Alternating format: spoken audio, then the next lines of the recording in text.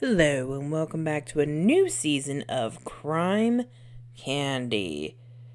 I'm your host, Anonymous, and let's get started with a really strange but kind of interesting episode of an affair that it doesn't end how you think it would. But nevertheless, let's get started. It's a brand new year. It started out as a chance encounter in an online chat. In May 2005, Thomas Montgomery entered a teen chat room under the username Marine Sniper. He said he was an 18-year-old Marine preparing for deployment to Iraq. He chatted with a few people before a message appeared from Talhotblond, and that is blonde without an E. Talhotblond revealed her name was Jessie, a softball-playing high school senior from West Virginia. She began messaging Montgomery, and their flirtation soon turned into a romance. She even sent him pictures that lived up to her screen name. In return, Montgomery sent her a picture from Marine Boot Camp. Behind his macho username was the real Thomas Montgomery, who was actually a 46-year-old man. He was a machinist at a local factory and a Sunday school teacher in upstate New York. Montgomery and his wife Sydney had 2 daughters. From the outside, they had a nice life and a solid marriage. But just wait, it gets even weirder. I mean, a 46-year-old, however old he was, 46-year-old talking to an 18-year-old is disgusting, but it gets much weirder than that. So strap in, folks. When Montgomery was online in the teen section of a gaming chat room, he thought it would be inappropriate to engage in a conversation with a high schooler, which, in hindsight, is disturbing. Therefore, he assumed the fake identity, posing as Tammy and using his Marine portrait from 30 years earlier. He didn't know that, Talhotblond was fake too. Just like Montgomery's fake identity, Talhotblond, aka Jessie, was not who she claimed to be. Behind the promiscuous screen name was a 45-year-old homemaker, Mary Schuyler. Schuyler? I'm sorry if that is not right, but that's how I'm thinking it said. It's even worse. She was using her daughter's photos as her own. She posed as her daughter Jessie without her knowledge and used her photos to make her story believable. She was unaware that Tommy was doing the same thing. Mary seemed like the perfect mom, the one who loved and spoiled her daughter. They did everything together because Jessie was her only daughter, and it seemed like she wanted the best for her. However, she was bored with her life, so she started using Jessie's identity online, which just makes that catfishing version sound even worse. Montgomery and Mary struck up an intense online affair using their fake identities. Mary would send suggestive photos of her daughter and even sent Montgomery special packages with love notes and pairs of lace underwear. Montgomery never thought he would meet her, so he played along and accepted her advances. Their conversations started as sexual fantasies, but they began to form a deeper connection. Over the months, they talked about love and even marriage. They hung on each other's words and anxiously waited for the message notifications each day. In their minds, Montgomery and Mary felt like teenagers again. As their conversations intensified, Montgomery said his time online talking to Jessie was like a drug. He was so bored with his life that talking to her became the most important part of his day. He barely wanted to be away from the screen. When Montgomery wasn't at work, he was glued to his messages. Although he had a family to take care of, pretending to be Tommy seemed more important. At some point, his life as Tommy became more real to him than his real life. The more time Montgomery spent talking to Jessie, the less he cared about his actual wife. He even wrote a note to himself saying on January 2nd, 2005, Tom Montgomery, 46 years old, ceases to exist and is replaced by an 18-year-old battle-scarred Marine. which is very weird and creepy. In the note, he said this new 18-year-old resembled a redhead Harrison Ford and had a $2.5 million in the bank. Which makes no sense, because he did not have $2.5 million, so where is he going to get this money at? Montgomery started telling Jesse tales of combat based on things he saw in the news. He barely knew what was real and what was made up. Because he was spending so much time on the computer, Montgomery's wife, Cindy, became suspicious. Unfortunately for Montgomery, Cindy found one of the special packages from Jesse. She was furious, as she should be, as rightfully so she sent Jesse a message. Cindy wrote, "Do not trust words on a computer. Let this go. You will only be hurt by a man who has mastered the art of manipulations and lies. Sincerely, Cindy Montgomery." She also added a description of who the real Tom Montgomery was.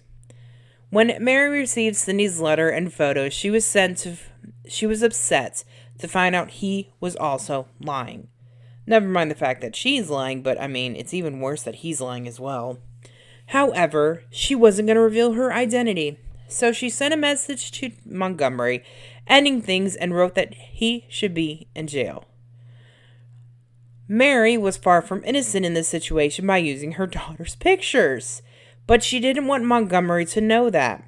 While this would have been the perfect time to let the fantasy end and close the chat room, she couldn't let it go. So, she became angry at Montgomery for lying, so she searched his friend list and found, this is so sad, 22-year-old Brian Barrett. Not that he was on there, that she decided to be petty and bring a third wheel into the mix. He was one of Montgomery's co-workers and friends. Mary used her identity as Jessie to flirt with Barrett, whom she goaded into humiliating Montgomery at work and online. Barrett thought Jessie was a real person, and they began a romance of her own. They started talking in the same chat room that Montgomery had used. It enraged Montgomery when he found out. Barrett used a screen named Beefcake, and he helped Jessie get her heartache over Montgomery. It seemed like she found a better fit with him because he was kind and caring. Barrett was described as a nice guy with a good heart. Before long, Jessie started sending Barrett the same photos she had once shared with Montgomery. She didn't send gifts as she had in her former romance. Before long, Jessie started sending Barrett the same photos she had once shared with Montgomery. She didn't send him gifts as she had in her former romance. She knew she was playing with fire, but Mary liked the attention she got as Jessie from Barrett. Mary started communicating with Montgomery again to tell him she wasn't over Tommy. It seemed that neither of them was ready to let their fantasy romance go, so they started communicating every day again. However, he was angry that Barrett talked to her. As Jessie, Mary continued to talk with both Barrett and Montgomery simultaneously. It sent Montgomery into a downward spiral. He was so jealous and possessive of a person he had never met in real life. Montgomery told Jessie that he would make Barrett pay in blood. The final straw came while Montgomery was at work. He overheard Barrett telling their coworkers how he was going to drive to West Virginia to see Jessie and pop her cherry. Montgomery fumed with anger at the thought of Barrett taking his girl. Even though he has never met this girl in real life, it's just goes... I don't understand how these people really occupy themselves. It's so weird. There was no way Montgomery was going to let Barrett get away with what he said. The two had been close friends, but they were not enemies. He started making threats against Barrett and Jessie. Montgomery told Jessie that she had turned his heart ice cold. Despite the threats, Mary continued to play Barrett against Montgomery. She was egging him on because she didn't realize what Montgomery was capable of. However, she should have been more careful because Montgomery flew into a jealous rage. On September 15th, 2006, Montgomery drove to the factory to meet Barrett after his shift. As Barrett got into his truck, Montgomery shot him 3 times, killing him. His body was found 2 days later when a co-worker spotted his vehicle in an isolated part of the parking lot. It didn't take long for the police to connect the crime to Montgomery. They quickly learned from his coworkers about the online relationship with Jesse and went through his computer to find hundreds of messages. They also saw the threats to Barrett. The police sent officers to Jesse's home in Oak Hill, West Virginia, to ensure she was safe.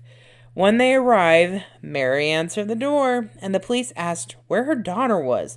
She scooted around the question for a few minutes before breaking down. Mary told the police that her daughter never communicated with either of the men. It was her the whole time. She said she used racy pictures of her daughter to seduce the men and have cyber sex with them under Jesse's name without her daughter's knowledge. She even admitted taking photos of Jesse in secret, and in a video she managed to film up her daughter's skirt. Mary definitely wasn't winning Mother of the Year award, but the police were only there to make sure her daughter was in danger. Once police found Montgomery, who had fled after he shot Barrett, they arrested him and charged him with second-degree murder. There was enough evidence against him for a conviction, and Montgomery admitted to killing Barrett in the parking lot where they worked. Montgomery told the judge he intentionally went there to kill Barrett and used his rifle to shoot him through the window of his pickup truck. Montgomery's lawyers urged him to take a plea deal instead of going through a trial which could turn out worse. Montgomery would have faced more severe charges had he not taken a plea deal. He was sentenced to 20 years in jail. Barrett's parents weren't in court during the trial, and they consented to the deal after being assured Montgomery would be behind bars for at least 2 decades. He was initially charged with second-degree murder, but would have served less time. Barrett's parents were hoping for more, but they were glad the judge didn't prolong the trial and give Montgomery more rights than their son had. It was a horrible feeling. Barrett was only 22 at the time of his death. The judge said, "This is a total senseless killing. This young man had been cut off in the prime of his life for no reason." Barrett's parents didn't understand how such evil could exist in this world. Before the sentencing, Barrett's father had read a letter written by one of Barrett's teachers. It stated that Barrett had an infectious smile. He was a leader and dedicated student who wanted to become a teacher someday because he loved working with children. Although he had already entered a guilty plea deal, Montgomery tried to withdraw it and take the case to trial. He believed he would get a more lenient sentence, and he claimed he was coerced into taking the deal. However, the judge rightly so denied his request. The judge said he had a full understanding of the consequences. Montgomery first informed his attorney, John Nucciarino, of his desire to take back that deal shortly after he entered it. Unfortunately, there was no turning back because he committed the crime. After the plea hearing, Montgomery was placed in a special observation unit at a holding facility because of concerns for his mental health. As soon as he got access to pen and paper again, he wrote a petition to file for a new lawyer. Montgomery thought he had an automatic right to do so in his mind. However, his lawyer said Montgomery's request was a reflection of his lack of knowledge about the basic concepts of the plea. He started to regret his actions and tried to find a way out. After his request, Montgomery's first attorney, John Malloy, was relieved of his duties. When Nucciarino stepped in, he realized Montgomery was an inexperienced defendant. It had already been changed once, so why couldn't it be changed again? Unfortunately, this isn't how the legal system works, which he should have known. Montgomery swore under oath at the sentencing that he understood the plea and the possible sentence. He never indicated he was confused. Nucciarino said Malloy pressured Montgomery into the plea because the case would be tough to win at trial. Montgomery's 2 teenage daughters had been prepared to testify at trial that they were with their father at the time of the murder. Nucciarino said Montgomery was stressed by that his daughter's words would be picked apart on the stand, so he didn't want to go to trial. The pressure he felt made him take the original agreement. His children were ready to lie under oath for him, but he never had the courtesy to protect them while he was still sitting behind his computer messaging someone he thought was years younger than him. Another reason why Montgomery might have changed his mind about the plea deal is because a key piece of evidence was discovered. Investigators found a peach pit at the crime scene, not far from Barrett's body. They believed it belonged to the killer. Though Montgomery refused to give DNA sample, he made a mistake. He asked for a soda during an interview and left the can behind when he was finished. Investigators had enough saliva to get a sample. His DNA matched that found on the peach pit. Deputy District Attorney Frank Sedita disputed the idea that Montgomery didn't understand what he was doing because he had spent a whole weekend with his lawyer discussing it. Sedita saw through Montgomery, stating the motion and affidavit were full of lies. Sedita said he had prosecuted more vicious people in his career, but Montgomery was more manipulative than all of them. The evidence of this was in the transcripts from his conversations with Jessie. He tried to persuade her several times, and it was almost predatory. Sedita believed Montgomery tried to withdraw his guilty pleas because Barrett's family had filed a wrongful death suit against him in the lawsuit. Neutrino disputed that Montgomery wasn't aware of the lawsuit then. Mary would have been the prosecutor's key witness if the trial had proceeded. However, Montgomery thought he would stand a better chance now that she might be reluctant to testify, because Barrett's family was also suing her for her involvement. Neutrino had plans to appeal the sentence within the week of the hearing. He claimed Montgomery was a family man, former Marine, and a law-abiding citizen. Montgomery sought psychiatric treatment for his depression, and the chat rooms only added to his fragile mind. His lawyer truly believed Montgomery's mental state could have played a part in the murder, which could have gotten him a lesser sentence. Unfortunately, he was not able to appeal because of the agreement and the clear evidence that he knowingly committed the crime. Which, while he is far from a victim in the situation, Montgomery went through a divorce and was placed on suicide watch several times following his arrest. We can't blame his wife for wanting to end their marriage, considering all he put her through. His attorney said, unfortunately, the internet can put us in a world where fantasy and reality are blurred. It's easy to share your feelings with someone you never have to meet. It wasn't a healthy situation for Montgomery or anyone else involved. Although Mary didn't pull the trigger, her role in the tragedy was just as bad. According to Rex Berber, a clinical psychologist and attorney, what Mary did when she found out Montgomery's true identity was kind of homicide in his eyes because she broke the fantasy. Montgomery was so deep into their made-up relationship, so Mary killed any hope he had to save himself by cutting it off. From Baber's psychological perspective, she engaged in cyber homicide. The tragedy was almost inevitable when their illusion ended. After Mary told the police she posed as her daughter, it didn't take long for Jessie to find out as well. She felt so violated by what her mother had done. Jessie couldn't believe Mary would use her pictures and took pictures of her to send to a stranger online.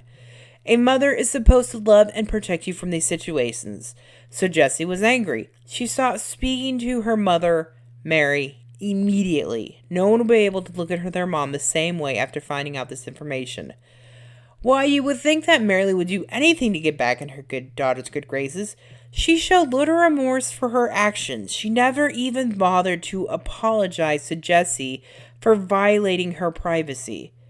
Mary's husband also filed for divorce.